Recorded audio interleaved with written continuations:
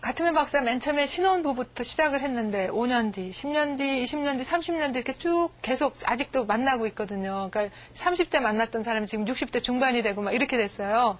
그런데 이 부부들이 만약에 신혼 때 뭘로 가장 많이 다투느냐 했더니 우리는 돈 쓰는 문제가 너무 다르다. 아니면 우리는 뭐 취향이 너무 다르고 여가를 너무 다르게 보내려고 그래서 우리는 뭐 안 어울린다. 이렇게 만약에 그렇다면 10년 뒤, 20년 뒤 만나봐도 여전히 돈 쓰는 문제 가지고 다투더라는 거예요. 여전히 음식 가지고 다투고. 그래서 이제 옷만 바뀌고 헤어스타일만 달라졌지 세월이 가도 안 바뀌더라는 거예요. 그래서 그런 거를 영속적 갈등이라고 그러는데 얼마큼 그게 많으냐. 69% 부부가 다투는 거에 69%는 결국은 싸우든 안 싸우든 헤어지든 안 헤어지든 결국은 끝날 때까지 풀리지 않고 관계의 달인들도 역시 안 풀리고 관계의 그 폭탄들도 안 풀리고 그러니까 푸는 것이 문제가 아니라 관리하는 방법을 배워야 된다 이렇게 되거든요. 그 중에서도 특히 이제 모든 다 69가지 안 풀리는 것 중에 다 그런 건 아닌데 그 중에서도 특히 꽉 맞물려서 도저히 서로가 양보와 타협이 안 되는 어떤 그런 문제들이 또 꼭 있다는 거예요. 그래서 그렇게 꽉 맞물린 문제들, 영속적 갈등 중에서 그런 거는 어떤 거냐 하면 이 문제만 나오면 상대에게 거부당하고 정말 그 무시당하는 느낌이 든다든지 아니면 지겹게 싸우고 또 싸우고 또 싸워도 같은 자리에서 뱅뱅 돈다든지 아니면 그 문제가 나오면 서로 고지를 틀고 앉아서 방어벽 딱 숨어 있어요. 그리고 자기 할 말만 얼른 던지고 자기는 딱 숨어요. 그럼 또 저쪽에서는 상대가 공격이 들어오면 숨어 있다가 자기 할 말만 하고 자기 또 숨어버리고 이렇게 방어벽 속에 몸을 사리고 자기 입장만 고수하는 거죠. 상대 말을 안 듣고.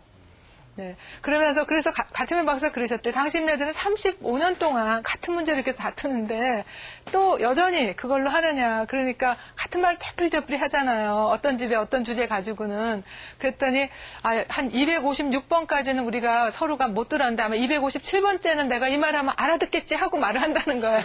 근데 결국은 방식을 똑같이 하면 못 알아듣는다는 거죠.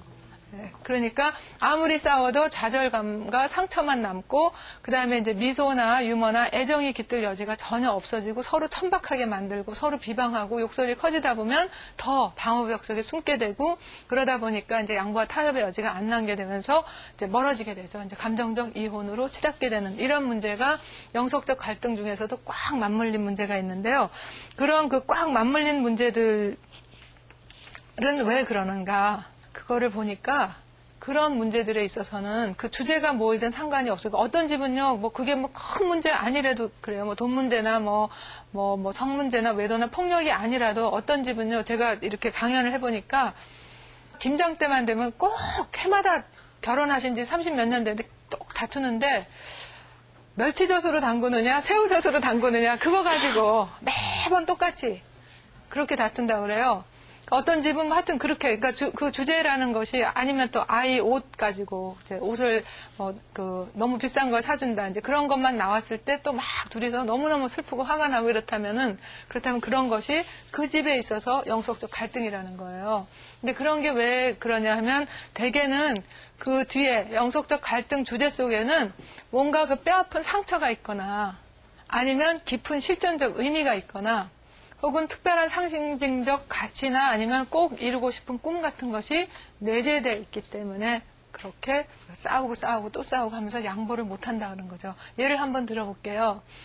예전에 저희 이제 클리닉에 이렇게 오셨던 부부인데 남편이 이제 술을 마시는데 술을 마시면 부인이 너무 싫어해요. 아주 얼만큼 싫어하냐면 남편이 그냥 맥주 마셔서 약간만 이렇게 냄새만 풍겨도 막 속이 막 화가 나가지고 참을 수가 없어가지고 그래서 신혼 때부터 23년째 그 똑같은 문제 가지고 술 좀 그만 마셔라, 일찍 들어와라, 제발 좀 이렇게 하면서 했는데도 남편이 그때뿐이라는 거죠. 알았어. 그러고선 또 다시 또 술 마시고 늦게 오고 뭐 이렇게 하니까 부인이 이제 어떻게 뭐라고 그러냐면 마치 골탕 먹는 것 같아요. 번번이 속는 것 같고 남편이 내가 이렇게 술 마시는 걸 그렇게 싫다고 하는데도 각서도 여러 번 썼다 그래요. 각서까지 쓰고 썼는데 다음에부터 또 친구들이 부르면 또 그냥 자다가도 벌떡 일어나서 나갈 정도로 그러니까 정말 이 사람은 나를 무시한다. 나를 사랑하지 않는다. 그래서 내가 이혼을 하겠다. 정말 그렇게 하시고 오셨어요. 그러고 왔는데 그 남편 되시는 분은 이제 이렇게 보니까 되게 이제 이렇게 사연만 들을 때는 이 사람 정말 나쁜 사람인가 보다 이런 생각이 들어요. 부인이 그렇게 싫어한다는데 사실 그렇지 않아요. 정말 순하고 참 착실하고 부인도 마찬가지예요. 아주 열심히 살고 너무너무 똘똘하고 착실한데 하여튼 그 문제만 있으면 너무너무 화가 나는 거예요. 그럼 거기에 뭔가에 하여튼 사연이 있거든요. 그래서 언제부터 술을 마셨어요? 이것이 이제 아주 좋은 질문이에요. 부부끼리 서로 언제부터 당신이 술을 마시게 됐어? 술 마실 때 기분이 어때? 라든지 술 마시면 술을 안 마시면 기분이 어때? 라든지 이런 걸 물어보게 되면 되게 이제 그런 사연을 알 수 있게 되거든요. 근데 그 남편한테 제가 이렇게 여쭤보니까 사연이 있었어요. 뭐냐 하면 어렸을 때 한 10살쯤에 이제 어머니가 돌아가셨대요. 그리고 그 다음에 아버님께서 돌아가셨대요.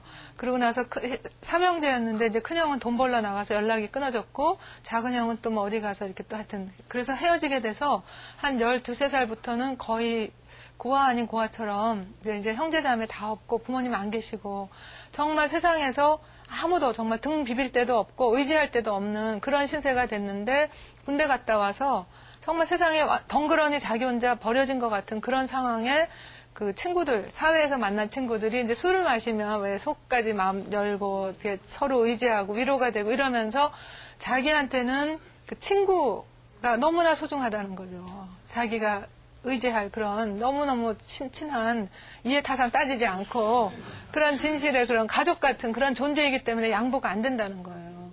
근데 그것을 그분들은 23년 싸우면서도 그 말을 서로 못했어요. 왜냐하면 싸울 때는 되게 당신은 도대체 어떻게 된 사람이 왜 맨날 이렇게 이제 비난 이렇게 나가게 되니까 방어를 하는 거죠. 내가 내 돈 주고 마시냐?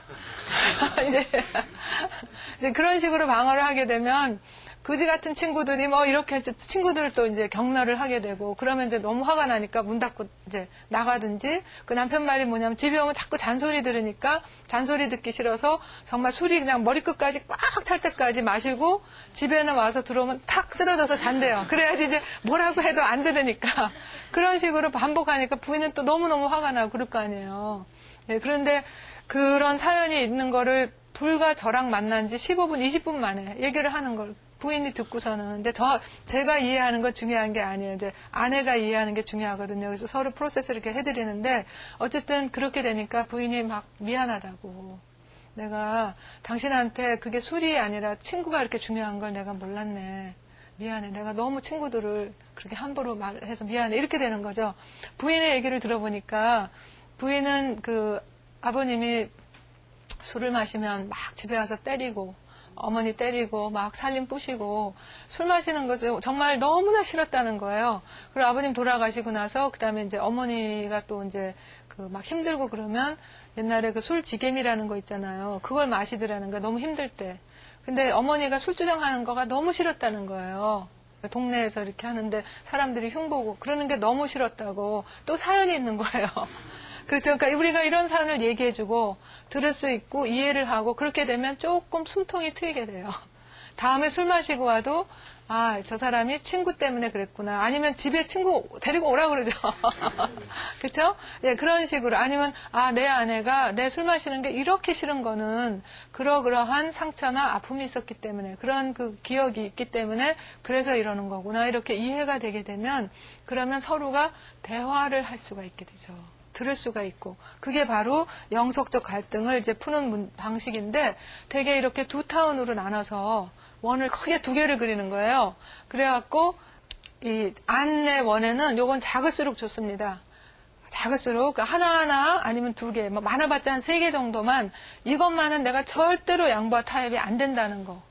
한 가지나 두 가지 정도 말씀을 하시고 양보를 할 수 없는 최소한의 핵심 요구사항을 적으세요. 그때 그 남편 되시는 분한테 제가 어떤 것이 가장 양보가 안 돼요. 그랬더니 나는 술은 내가 덜 마실 수도 있고 안 마실 수도 있지만 내 친구를 경멸할 때는 내 친구들을 막 무시하고 그런 말은 난 정말로 나는 그거는 못 듣겠다. 너무 화가 나고 너무 슬프고 차라리 내가 집을 나가서 친구들하고 같이 살면 살았지 내 부인하고 내가 그런 말까지 들으면서 살고 싶지 않다.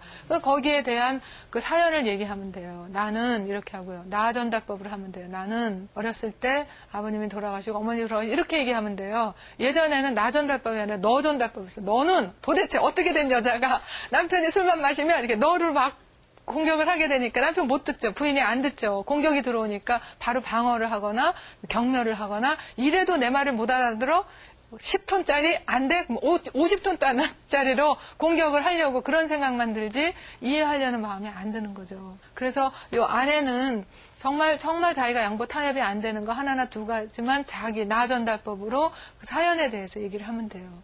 술이라는 건 나한테 어떤 의미가 있는지, 언제부터 그랬는지, 군대 갔다 와서부터 나한테 있어서는 술은 친구와 맺어주게 되는 그런 그 좋은 여다. 이렇게 이제 얘기를 하게 되니까 부인이 들을 수 있죠. 자, 그 다음에 이제 큰 원해는 뭐냐면 양보와 타협이 가능한 많은 거. 가능한 이거는 적을수록 좋고 이건 많을수록 좋아요. 뭐라도 좋아요. 그럼 일주일에 몇 번 술을 마실지, 술을 마시면 소주를 몇 병 마실지, 마시고 나면 몇 시에 들어올지 이런 거는 많을수록 좋아요. 그래서 많은 거, 가능한 많은 그런 요인들을 다 적어 놓은 다음에 그 중에서 그나마 타협이 제일 잘 될 만한 거 하나만 가지고 얘기를 하면 돼요.